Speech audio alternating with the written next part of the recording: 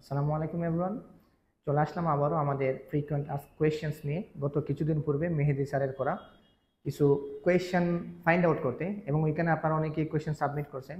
তো তোর মধ্যে আমরা কিছু কোয়েশ্চেন পেয়েছি এবং এগুলো নিয়ে কি আজকে আসলে সলভ করতে যাচ্ছি। তো এর মধ্যে একটা কোয়েশ্চেন ছিল যে স্যার আইএলটিএস ইউকিউবিআই কি এবং আইএলটিএস স্ট্যান্ডার্ড আসলে কি। তো নামটাই কিন্তু এখানে দুইটা। তো তার মানে আমরা বুঝতে পারছি এখানে টাইপটা আসলে হচ্ছে দুইটা এক্সাম টাইপ, একটা হচ্ছে আইএলটিএস ইউকিউবিআই আর একটা IELTS standard. UKVI means UK visa and ইমিগ্রেশনের কাজ। যারা স্পেশালি আপনার ইউকেতে যেতে চায় তাদের স্টাডি পারমিটের জন্য, স্থায়ী বসবাসের জন্য অথবা ওয়ার্ক পারমিটের জন্য, তাদেরকে অবশ্যই ইউকে যাওয়ার জন্য মানে আপনাদেরকে অবশ্যই তাদেরকে আইএলটিএস ইউকিউবিআই দিতে হবে। অপরদিকে আইএলটিএস স্ট্যান্ডার্ড মিনস যাদের আসলে ডেস্টিনেশন ইউকে না, তারা অন্যান্য দেশে পড়াশোনার জন্য বা চাকরির জন্য যেতে চায়, তাদেরকে অবশ্যই আইএলটিএস স্ট্যান্ডার্ড দিতে হবে। তা আমরা আসলে কোনটা দিব? যদি আপনার ইন্টেনশন থাকে যে আপনি আসলে ইউকে যাবেন না, তাহলে আপনি আইএলটিএস স্ট্যান্ডার্ড দিতে পারেন। আর যদি মনে করেন না, কোনো না কোনো ক্ষেত্রে আমার ভিসার ইস্যু যদি খারাপ হয় অন্য দেশে, তাহলে আমি চেষ্টা করতে পারি অবশ্যই আমি ইউকেতে মুভ করবো, then you can easily go for the IELTS UKVI. কারণ এটা কিন্তু মোটামুটি সব দেশে অ্যাকসেপ্টেবল। এটা হচ্ছে আপনাদের প্রথম কোয়েশ্চেন। Thank you. আপনাদের আর একটা কমন কোয়েশ্চন, যে যদি আনসার শিটে একবার ভুল উত্তর তুলে ফেলি, কেটে আবার সঠিকটা লিখতে পারবো কিনা? হ্যাঁ, অবশ্যই। আপনি যদি ভুল উত্তর তুলে ফেলেন, আপনি কেটে সঠিকটা লিখতে পারবেন, তবে অবশ্যই সেটা বক্সের ভিতরে হতে হবে। তো আপনাদের যাদের যাদের ভুল করার প্রবণতা আছে, যে তখন আপনারা কী করবেন, আনসারগুলো প্রথমে ছোটো ছোটো করে লিখবেন এবং স্পষ্ট করে লিখবেন, এবং চেষ্টা করবেন বক্সের ভিতর কিছু খালি রাখার জায়গাগুলো। পরে যখন ভুল করবেন, তখন এই যে ভুল উত্তরটা কেটে খালি জায়গায় সঠিক আনসারটা লিখে দিয়ে আসবেন। তখন অবশ্যই আপনার এটা কাউন্ট করা হবে যদি উত্তরটা সঠিক হয়ে থাকে।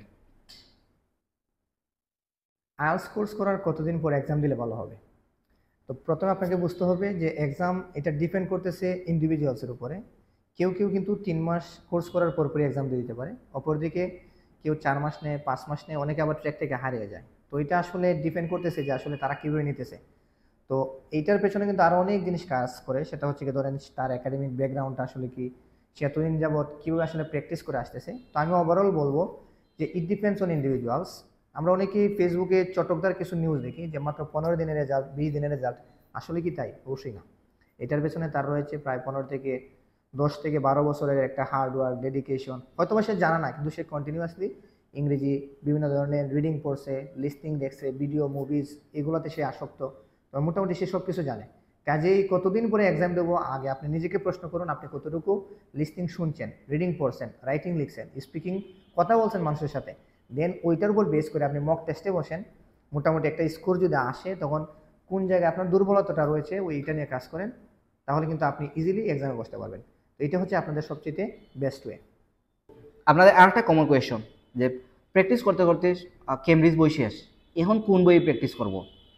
তো এর উত্তরে আমি বলতে চাই, তো আপনারা কখনো উচিত হবে না কেমব্রিজ বই সব শেষ করে ফেলা, যদি না আপনি রেজিস্ট্রেশন করে ফেলেন।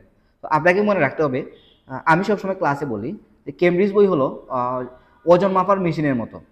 তো আমরা যারা ওজন কমাতে চাই, তারা দেখবেন নিয়মিত ওজন মাপেন ওজন মাপার মেশিন দিয়ে, কিন্তু এই ওজন মাপার মেশিন কি তাদের ওজন কমায়? অবশ্যই না। তাদেরকে ওজন কমাতে হলে অবশ্যই জিমে যাইতে হয় এবং ডায়েট করতে হয়। ঠিক তেমনিভাবে আপনি যদি আপনার ইংরেজি লেভেলটা বুস্ট করতে চান, তাহলে আপনাকে নিয়মিত স্পিকিং করতে হবে, তারপর রিডিং পড়তে হবে, আর্টিকেল পড়তে হবে, ইউটিউবে গিয়ে পডকাস্ট শুনতে হবে, বা ইংরেজি বিষয়ে বিভিন্ন ভিডিও দেখতে হবে।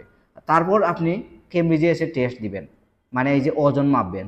সো সো কেমব্রিজ হলো ওজন মাপার মেশিনের মতো, যে এইটা দিয়ে আপনি যাচাই করবেন আপনার স্কুল লেভেলটা কত আছে। আচ্ছা, আইএলটিএসে ভালো করতে হলে কোন মডিউলে আমাদেরকে বেশি ফোকাস করতে হবে? আমি একটা টার্ম বলি, speaking, listening, reading and writing. এখানে কি কোনো ক্ষেত্রে আপনার একটাতে 9, আরেকটাতে 8, আরেকটাতে 7 এরকম কোনো টার্ম আছে? অবশ্যই না। তার মানে আমাদেরকে অবশ্যই প্রত্যেকটাতে সম পরিমাণ টাইম দিতে হবে। কিন্তু তাও দিন শেষে অনেকের কিন্তু রিডিংয়ে কম আসে, just because of one thing. দেখবেন অনেকেই আমরা জিজ্ঞেস করি যে আপনি লিসনিং কয়টা টেস্ট দিয়েছেন, লিসনিং শেষ। আপনি রাইটিং কয়টা দিয়েছেন, সে অনেকগুলো প্র্যাকটিস করছে। স্পিকিং সে মোটামুটি সারাদিনে ক্লাব করে বা অনেক ধরনের ক্লাস করে, তো স্পিকিংও প্র্যাকটিস হইতেছে, কিন্তু আসলে সে ওই পরিমাণে রিডিং করে নাই, ভালো লাগে না। তো আসলে ওই ভালো লাগাটা আমাদেরকে আনতে হবে। আমি অন্যান্য মডিউলে যে টাইমটা দিই, সেম টাইমটা যদি আমি রিডিংও দিই, এইটা কিন্তু আপনাকে অটোমেটিক্যালি আপনার স্পিকিংয়ে, ভোকাবুলারিজের ক্ষেত্রে হেল্প করবে, প্রপার আন্ডারস্ট্যান্ডিংয়ের ক্ষেত্রে লিসনিংয়ে হেল্প করবে, এবং যে ওয়ার্ডগুলো আপনি কালেক্ট করতে পারবেন, you can easily use this words in terms of speaking also. তো আপনাদের কমন কোয়েশ্চন হলো, আমি ইংরেজিতে দুর্বল, কিভাবে ইংরেজি ইমপ্রুভ করব এবং ভালো একটা স্কোর নিয়ে আসবো? তো এর উত্তরে আমি বলতে চাই, আপনি যদি গ্রামাটিক্যাল তেমন এক্সপার্ট না হয়ে থাকেন তো দরকার নাই, মোটামুটি কিছু গ্রামাটিক্যাল জানলেই হবে। তো এর জন্য আপনি ইউটিউবে অনেক চ্যানেল পাবেন, বেসিক কিছু গ্রামাটিক্যাল নিয়ম জেনে যাবেন। তবে আপনি যদি মনে করেন যে আপনি ইংরেজিতে দুর্বল, তো ইমপ্রুভ করার জন্য আপনি যেটা করতে পারেন, আপনি ইউটিউবে যাবেন, আপনার ফেভারিট একটা চ্যানেল খুঁজে বার করবেন এবং ওই চ্যানেলের নিয়মিত ভিডিও দেখবেন। তো এটা আইএলটিএস রিলেটেড হতে হবে এমন না, আপনার যে টপিকটা ভালো লাগে। ফর এক্সাম্পল আমার ভালো লাগে খেলা, এমন অনেকে আছেন যাদের বই পড়তে ভালো লাগে, এবং কেউ মুভি দেখতে ভালো লাগে, কেউ গান শুনতে ভালো লাগে, কেউ ফুড ব্লগিং ভালো লাগে। সো এক একজনের এক এক জিনিস ফেভারিট। তো আপনাকে যেটা করতে হবে, এরকম আপনার একটা ফেভারিট নিশ বা টপিক খুঁজে বার করতে হবে এবং এই টপিকের উপর প্রতিনিয়ত আপনাকে ভিডিও দেখতে হবে এবং গুগলে গিয়ে নিয়মিত যদি আর্টিকেল পড়েন, তাহলে দেখবেন আপনার ইংরেজিটা ধীরে ধীরে ডেভেলপ হচ্ছে। তবে আপনাদের একটা সমস্যা, যে আপনারা 1-2 দিন পরেই আপনারা চান বা 1 সপ্তাহ পড়ার পরেই আপনারা চান যে আপনার ইমপ্রুভ হয়ে যাক। তো এটা বাস্তবে কখনো সম্ভব না। আপনাকে একটা লম্বা সময় দিতে হবে, 1 মাস 2 মাস আপনাকে সময় দিতে হবে, নিয়মিত আর্টিকেল পড়তে হবে, নিয়মিত ইউটিউবে ভিডিও দেখতে হবে, এবং নিয়মিত স্পিকিংটা প্র্যাকটিস করতে হবে। তো এভাবেই দেখবেন আপনার ইংরেজিটা ইমপ্রুভ হয়ে যাবে। এবং সর্বশেষ 0.6 mm সংবলিত বল পয়েন্ট দিয়ে লেখার চেষ্টা করবেন। বাজারে অহরহ এগুলো পাওয়া যাইতেছে, এই যে আমার হাতে দেখতে পাইতেছেন এটা হচ্ছে 0.5 mm। তো এটা হচ্ছে হালকা একটু বড় বা একটু মোটা ধরতে পারেন, যে পেনটা পাওয়া যায় আমাদের অনেকটা জেল পয়েন্ট টাইপের, ওইটা দিয়ে আপনি লেখার চেষ্টা করবেন। তো আপনি শুধুমাত্র যদি চিনতে চান তাহলে 0.6 mm লিখে গুগলে সার্চ দেবেন, আপনাকে তারা দেখিয়ে দিবে কোন ধরনের কলম। আর সর্বশেষে এটা হচ্ছে আসলে একটা এমনি একটা কোয়েশ্চেন, আমরা সব কলম দিয়ে লিখতে পারি। তো এটা নিয়ে আজ এটা কোনো ধরনের প্যানিক হওয়ার দরকার নাই, আপনি এক্সামে যাবেন, কোনো কিছু সাথে নিতে হবে না, তারাই আপনাকে সব কিছু প্রোভাইড করবে। তো এটাই হচ্ছে আপনাদের আজকের প্রথম দিনের কোয়েশ্চেন। থ্যাংক ইউ সবাইকে।